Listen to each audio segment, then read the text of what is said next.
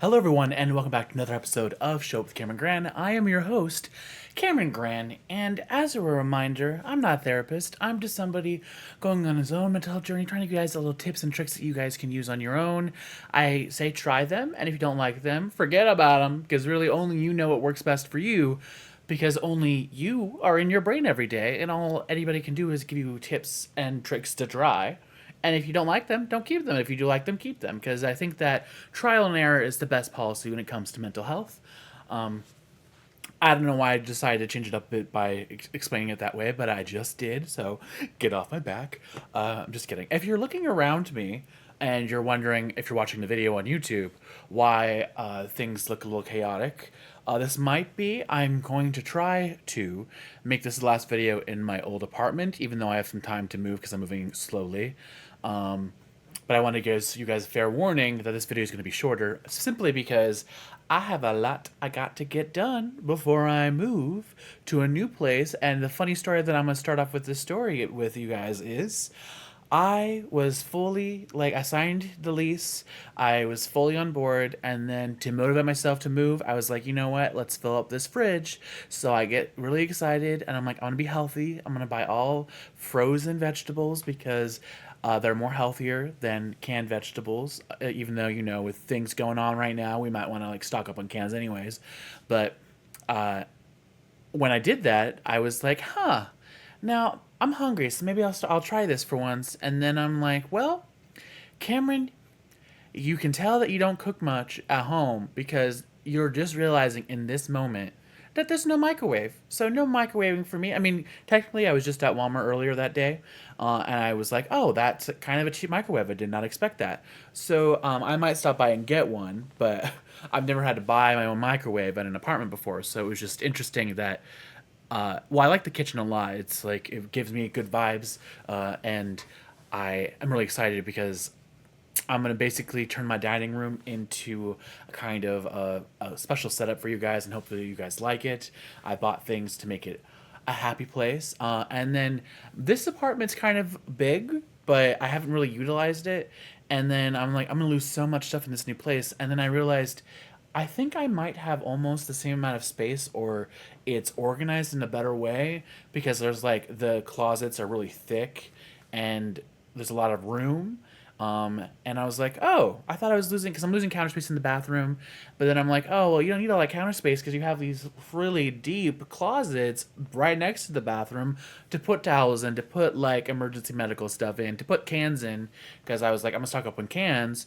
But like, that still leaves two open shelves that are really deep and really thick to like fill up with stuff, and not to mention two kind of big closets with hooks. Needless to say, I just wanted to brag about my new apartment. And it also has a balcony that is not on the first floor, so I get a little bit of privacy. And it looks out to a beautiful like area, and I can't wait. But something that I wanted to like give myself is just like, oh, you are a lot busier than you thought you were, and right now it's almost midnight. So I was like, maybe I should go to bed. And then I was like, well, you kind of have a lot of stuff that you need to get done, Cameron. So it might be important just to film an episode of Show It with Cameron Gran, get that out of the way, so that way you can focus tomorrow on preparing to move as much as possible, because I have a back injury. Unfortunately. And I'm moving by myself. So I really have to do like a one trip a day, and I'm trying to make it so like I, stock my car, go to work, and then unload my car at the new place, and then come home and just repeat that. And I'm hoping by Monday I can set myself up so that way I am operating and living at the other place, because nothing motivates you to move than not sleeping at your old place. Little trick that I think will work, but I'm not so sure because it's kind of a thing I'm finger crossing is going to be a benefit for me. I am also really glad because on Friday I went to an improv show and I didn't go see it. I signed up and I performed in it, and something it's at Strike Theater. It's like their Friday night improv group. I'm advocating for improv right now because the number one thing that you learn in improv is just A, it's okay to be silly. B, it's all right to just stick with the moment. And then if things don't work, you just let it go. because there are going to be things that come up, and you can either let those things really bother you, or you can just what is something like water off a goose's back. I think that's from Dimension 20, something that Ali Beardsley says, but because she plays Mother Goose in one of the seasons, and it's like really important to just allow the negativity to be. I don't think you should ignore it, because ignorance is kind of a thing that will undoubtedly come back to haunt you. So it's more of like we accept, we listen, we try our best to figure out how we can cope with, and then make something actionable if it's within our power to do, or how we, translate that into everyday behaviors that we have. These are things that I'm trying to do, but I don't know you, so you can do whatever works best for you, because it's been very stressful. And I'm like, I know that there are things happening, but I'm also kind of a lost person, and I can be lost, or I can find myself and be good again. That sounded very meta, and I apologize. You shouldn't be apologizing for things that you don't know if you should be apologizing for them. So scratch that from the record if you would, a YouTube or a podcast or radio community. I would appreciate it so much. The thing that I want to try to focus my mind on is just I learned a lesson the hard way a long time ago, that when things are scary and we're afraid, we liked to assume the worst in everyone, instead of hearing something and processing the way that our brain wants to process it, and then we immediately take our initial processing and like go after somebody else rather than check in with somebody else. And I'm trying to make sure I remember that, because I don't want to be somebody who's angry at someone because of the invention of them in my head. I want to be angry because they actually are saying something that I think they say, or I've actually confirmed that, there might just be a terrible person. And, like, I just caution the idea of going off of what our thoughts say 1,000%, if that makes sense. Because right now, especially if you're afraid, it's very easy just to assume the worst. Where I think that community is great. Don't stay alone. Like, try to reach out to people, because I had like a good long 3-hour conversation with a close friend today, and that made me feel so much better, because it was processing, and also like connecting, and just like voicing out some things that I've learned about myself that aren't flaws. How do I say this? Because it's hard to explain without making it sound like a negative criticism. But it's like there are things, because I'm 29, that I've realized that I've been doing for so long that are not productive behaviors. And I no longer want to engage with them, but I'm also while also having understanding that sometimes it takes time to undo a habit that you've done for 29 years. So having a bit of grace is what I'm advocating for you guys today. Grace is important, not only for other people, but also for yourself. If you do have a panic attack and you do go off on somebody else, acknowledge that you were just venting about something else, and was a safe place. Then maybe somebody that didn't deserve something happened. But like, remember, guilt is not the same thing as shame, because shame is not justified and guilt is. And guilt is justified because you know who you are as a person, and what is for your core values and what is against your core values. I also would like to add in universal good, because I have things that I either don't understand, or don't experience because of who I am in this world, but I still believe in like universal good, and like not only my own comfortability but everyone's. And that's something that I just want to leave there and just like voice that, because I feel like that's important. In improv, like the group, it was amazing, just because it like how long it's been since I've just free associated with like creativity, and allow whatever came off my head to just be what's going on in the moment. And I really love that it's harder to judge ourselves and our thoughts when we're just allowing them to be there for a moment and forgotten in the next. And a lot of art is there so that you're, especially improv, is there to be experienced in the moment and then let go. And as somebody who, I am a reactionary improviser. Like I can come up with jokes and funny ideas, but like I usually, my brain works with like listening to somebody else and then having like a joke come to me as a response to something, not really somebody who comes up with a joke from the get-go with no other involvement. And that's a skill that I want to work on in the new year. And I'm thinking about taking a sketch comedy class, just because that's all about coming with an idea and then pushing it to absurdity, and hopefully finding the humor and a laugh in the truth of whatever moment you're in. And that's just something that I'm going to be working on, because there are things that I accepted about myself that I don't think need to be true anymore, and I don't think they ever were true. But it's more comfortable to believe a falsehood that you've created for yourself than to be like, wow, I have made this a core belief of mine, but it's not serving me and it's not something that I actually believe in. And if I let that go, am I going to actually let it go, or am I going to shame myself for like the 10, 15, maybe almost 20, 30 years of believing in it? And I once was apologized to by a bully that was kind of a major bully in elementary school. And it took me a while to realize, okay, so this person apologized, hasn't been in my life for a while. I did have bitterment, like I was bitter about it when like they apologized, and I could have done a retaliatory thing, or like really made them feel like poo poo for doing, like, being rude to me. But then I was like, well, also it's not serving me or this other person. So what is it? What is me being mean to them giving me in this moment? Whereas if I took the high road and I accepted their apology, it gave them like a little bit of like forgiveness for themselves, but also because I realized forgiving them wasn't really important to me. Really, it was like what I had allowed to happen is what bothered me. Because I have a heavy freeze response when it comes to survival.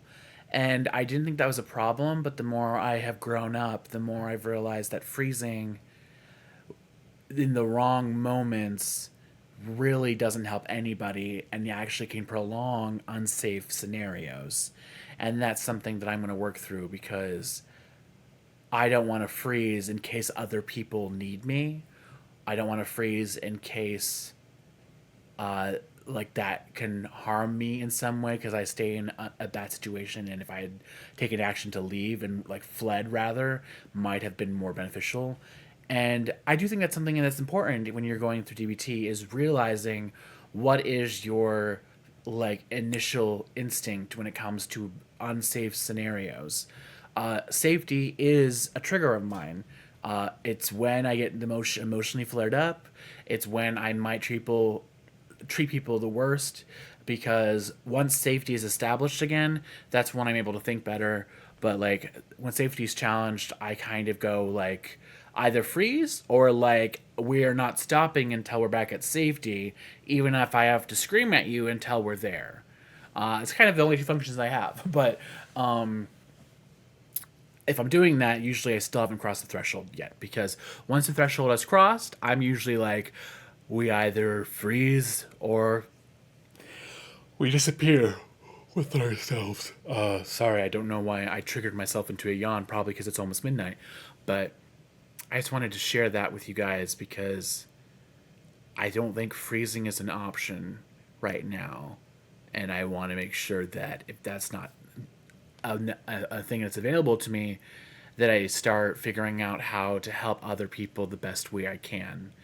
And that's why I like this podcast, is because I do like helping other people. I have different thoughts about what I want to do after I graduate from my bachelor's degree in animation. Because like part of me wonders if I want to continue and get a psychology degree and become a therapist, because I do like this kind of work a lot.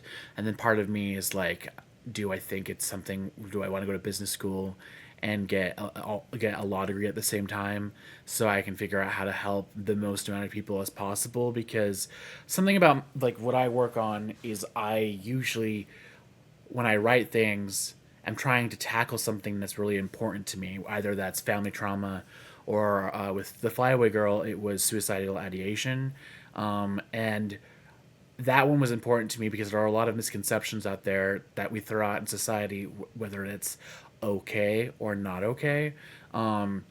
If somebody does, and I don't think that just because you don't understand somebody, or if there's like a percentage out there, that percentage means it's no longer valuable. Like we are just because there are percentages that exist in this world, like that doesn't mean that somebody who got lost in that, that example was this, but there are other data that's out there for other causes or other things, and just because somebody follows in line with like a data poll doesn't mean that they have less value, because if you're doing something that makes you less of a person somehow. And that all goes back to the whole justice scale that I was taught in DBT, where people can talk all they want that they are more valuable than you are. But that's not true. And just because you have a high opinion about yourself doesn't mean you're worth more than somebody else. No matter how much society tries to trick you to believe that, that's not true. And the only way to stop somebody from doing that is by ceasing your value back. Because even if somebody treats you that way, it doesn't mean that it's warranted. And the only reason we give that to them is because we are enabling their beliefs as though they are our own. And I'm not about that anymore. Like, I talked last week about like being in the gray zone. I want to present who I am, and if you're not okay with that, you don't have to be here. It's fine. And if you do vibe with me, welcome. I appreciate you joining the party.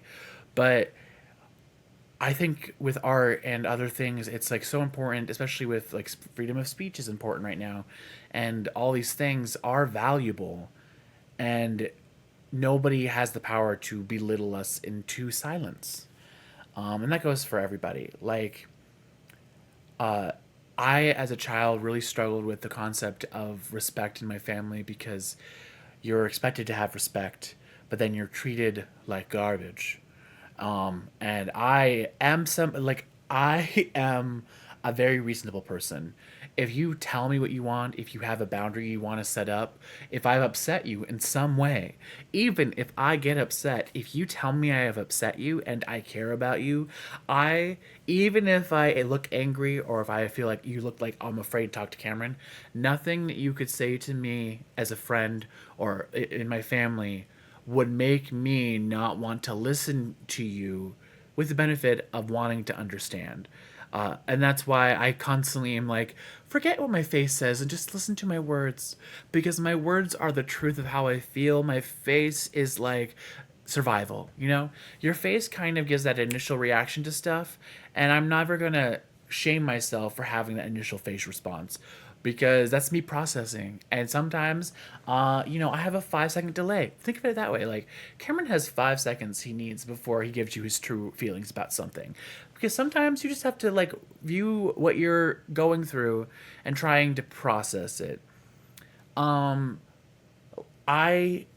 am, for instance, a lot of times I struggle with jobs that I have had, because I have different values than some of the jobs I've done, and that's when It's like I want to help people, but then when you're in a situations where helping people isn't as important to like the businesses that you work for, that really bothers me, because uh, we are human beings, and like, yes, we live in a society, we have things that are important to keep society rolling, but we should not be valuing the movement of society over the people who are suffering, or the people who are going through something in this current moment. Now, some people are more able to help than others, and I am working on going into a better position so I can help more people when it comes to like finances. But that's never been an option for me because I have a real struggle with that because of the way that I was treated to view money.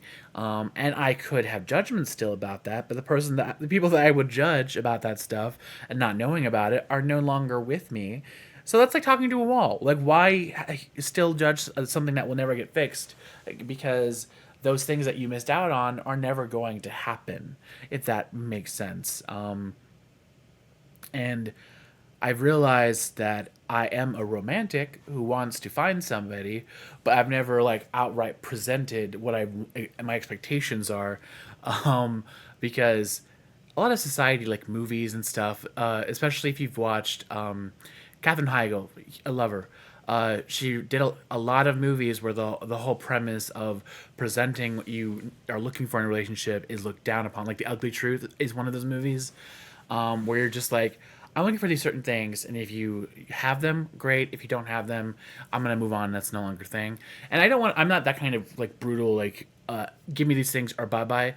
But like with the gray zone, I never know when to start like saying this is what I want from a partner, and then because I am in the LGBT like a community, it's kind of harder to know when to present those things because we are not shown at any stage of the game how to do that because we're not really like those kind of stories aren't haven't had the opportunity to be shown and highlighted because mostly we're shown like what's the spicy side of the life and not really shown like the real like everyday part of the life, if that makes sense.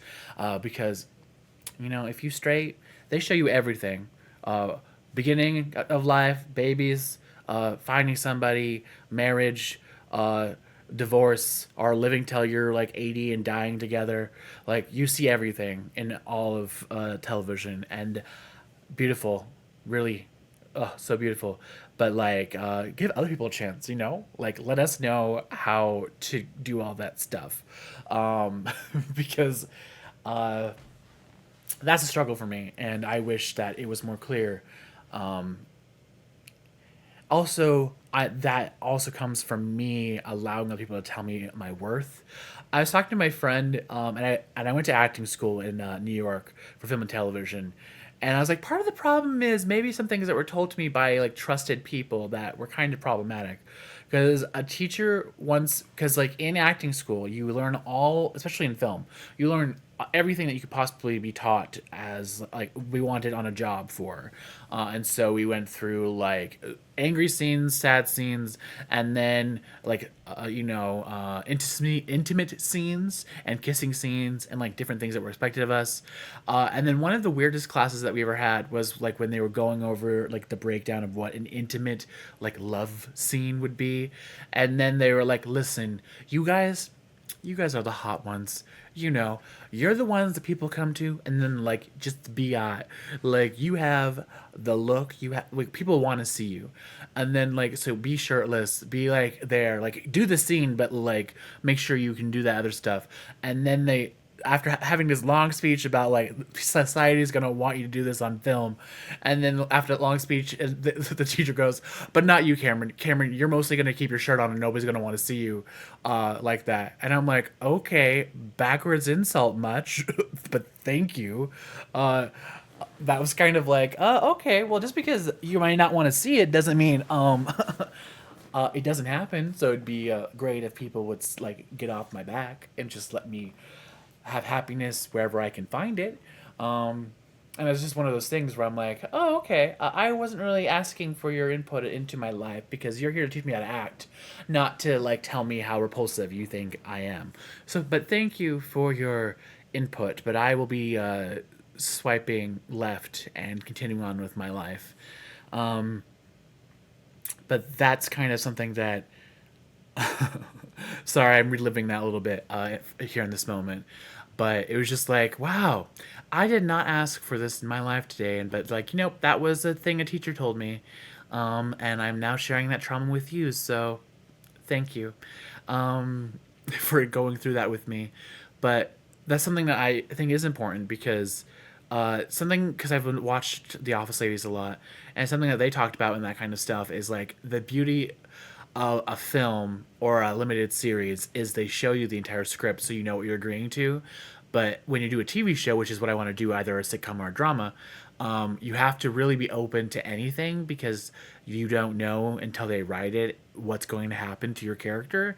And so there's not as much leeway back then because they're the office ladies, so they were filming The Office. So there wasn't as much in 2004, 2013, or whatever as there is now. And I was just like, wow, sometimes they get you and sometimes they don't. But I have just realized the importance of my dreams and then also showing up for people that matter for me because, again, the reason why this show is called Show Up for Yourself is not about being selfish because the reason why I decided to make the show this, and I've said this before, I know I have, is because I kept being reminded about like in high school and like even earlier than that when like you keep looking around for your parents or your siblings to be at your ball game or in my case volleyball or drama club or stuff like that, but nobody was showing up, and then you just keep looking for them, and then you just start to feel like your worth doesn't matter because nobody's showing up. And I decided, like, no, it's not my fault that they didn't decide to show up for you. That doesn't mean you don't have value. Show up for yourself because your value is not determined by other people. It's determined by the way in which you view yourself. And remember that, because as I said, this is going to be a short video because I am moving. I am about to move. Sorry, that was a weird way of putting that. And I wanted to make this so you guys had a check-in with me as I prepare to go from one place to another. Not moving states yet. I'm hoping to here shortly. But thank you guys so much for watching. When you go throughout your week, please, please, please, please, please, just take a moment, take a deep breath, and remember that you matter and to show up for yourself.